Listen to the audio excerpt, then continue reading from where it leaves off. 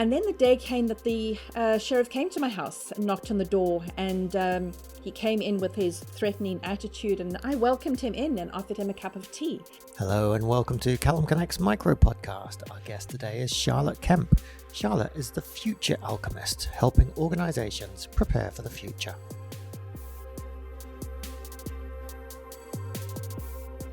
Years ago, I had a small business, a franchise business, and it ran into some serious trouble. I made every kind of newbie entrepreneur mistake that I could make. And it came time that I had to see an attorney to give me some legal advice about what I could do next. And as I'm sitting in this attorney's office, laying my soul bare about all the mistakes that I've made, showing him all of the calculations, all of the documents, all of the people that I owed money to, I'm looking to him for some advice and some support. And he says, all right, here's what it could look like. And he gives me the worst case scenario. And what I heard next, my hands were slick with sweat. I felt nauseous, and there was this ringing sound in my ears with little black spots in front of my eyes. It was absolutely horrendous. He was telling me that the sheriff would be sent to my house with the papers that I owed money, and that they're going to claim my personal possessions to pay off the debts that I had signed personal surety on for my business. And he told me how they would put me and my children quietly in the lounge while they took an assessment of my belongings. It really was an absolutely awful thing to contemplate. But then the lawyer said, but then that's the worst case scenario. It may not look like that. And I jumped onto what could it look like? What is the option?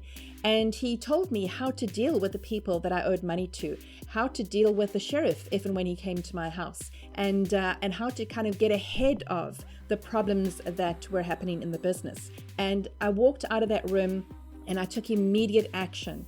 I had all of my information detailed. I was utterly transparent with every person that I dealt with. I made arrangements to pay off certain things. Some people gave me a bit of a discount if I could settle. And then the day came that the sheriff came to my house and knocked on the door, and he came in with his threatening attitude, and I welcomed him in and offered him a cup of tea. And we sat down and discussed this terrible mess that I got myself into. And he was so disarmed because I wasn't angry and tense and aggressive against him. It wasn't his fault. But people often react that way because of the anxiety in the moment of this unknown, horrible experience that they're about to face. And I didn't react that way.